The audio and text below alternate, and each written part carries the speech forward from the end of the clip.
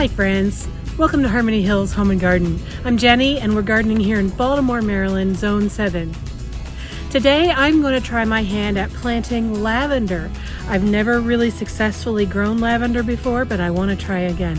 I have two different varieties and I don't really know what the difference is between the two of them. One is Hidcote and one is Munstead. And I'm going to give them both a shot and see what happens. Come along with me and let's give it a shot. They smell so good already.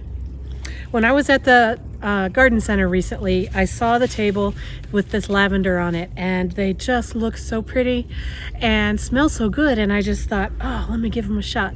Well, then I noticed that there were two different varieties there and I didn't really know which one would be better for my growing conditions or which one would be prettier or smell better or what. I don't really know much about lavender, so I picked up one of each. This is the Munstead one right here, and this is the Hidcote.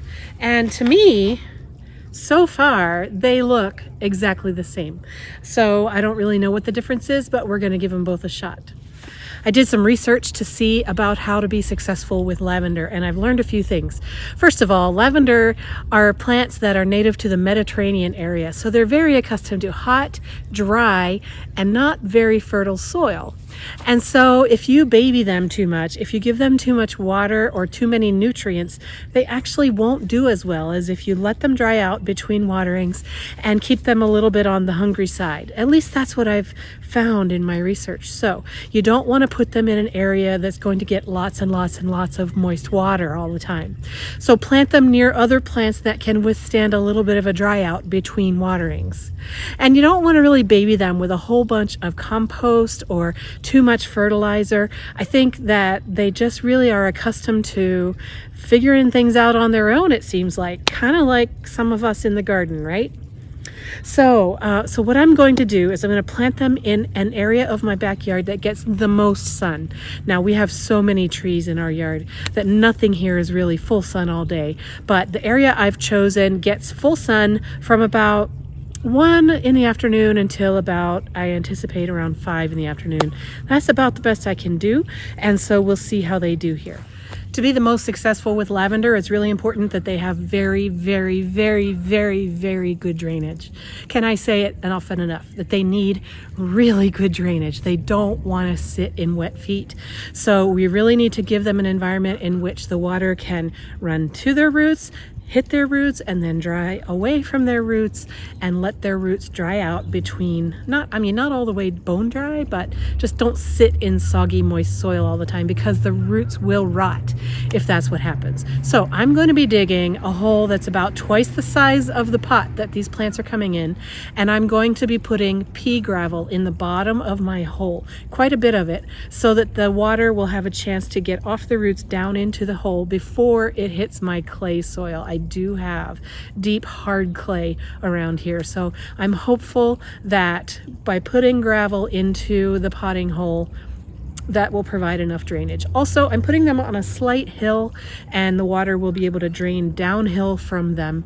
And so I'm hoping that the combination of the gravel and the hillside and the loosened soil around them will give them enough drainage to really be successful. Finally, because I have such heavy clay soil here, I'm going to be only burying these, the pots that they came in. I'm only going to be burying the root balls about halfway.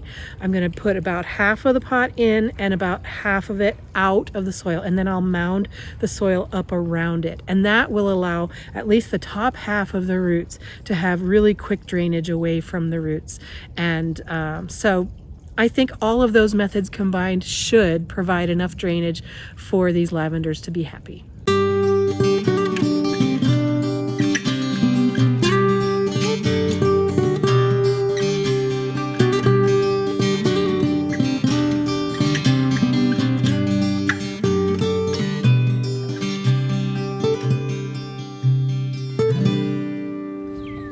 I've decided to add some gypsum to my hole as well because this will help lighten up the clay soil over time.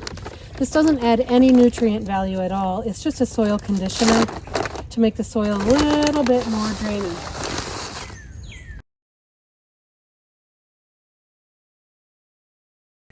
If I had sand, I would put some sand in here too, but I don't happen to have any right now. All right, this soil is so thick and clay. It's just really thick clay. So I don't really want to put any more up against here. I'm going to use some compost and topsoil mix that I have. I don't think it needs all that nutrient, but on the other hand, it does need the drainage. So I'm going to use this lighter soil around it.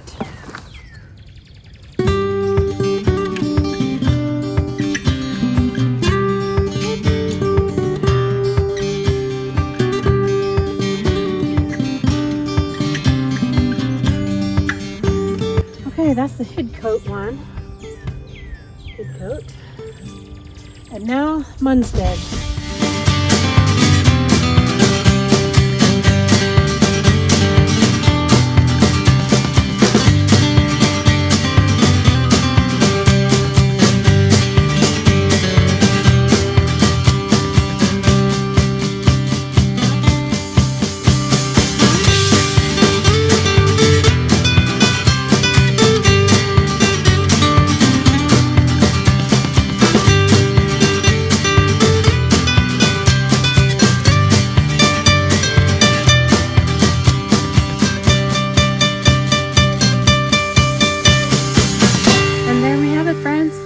Lavender plants planted in the soil using lots of pea gravel, some gypsum. I did use some compost because my native soil was clay and it was going to be too thick and smothering. I didn't need compost for nutrient value, but I did need it for lightness of soil. I also put some biotone starter fertilizer in there, just a little bit on each plant, just so that the roots have a chance to develop. But I don't intend to over fertilize this plant as the season goes on, and I'm going to keep it just moist enough for the roots to start to take hold, but then I'm going to just keep an eye on it and let it tell me when it needs water. So I hope that you have enjoyed watching me put these lavenders in the ground and my shoveling skills. I've said before and I'll say it again, I am a 30-year gardener, but that doesn't mean I know what I'm doing. There's lots of plants that I don't have success with yet, and I continue to try, continue to learn and grow as a gardener, and I hope that you do too. If you have ideas for me about this lavender project and you want to share with me, please put it in the comments below. I'd love to hear from you and learn from you. And if you liked what you saw, go ahead and hit that like button, punch that subscribe, hit that notification bell, you know, all the YouTube-y things. And I hope that we'll see you again around Harmony Hills Home and Garden. Thank you so much for visiting. Have a wonderful day, friends.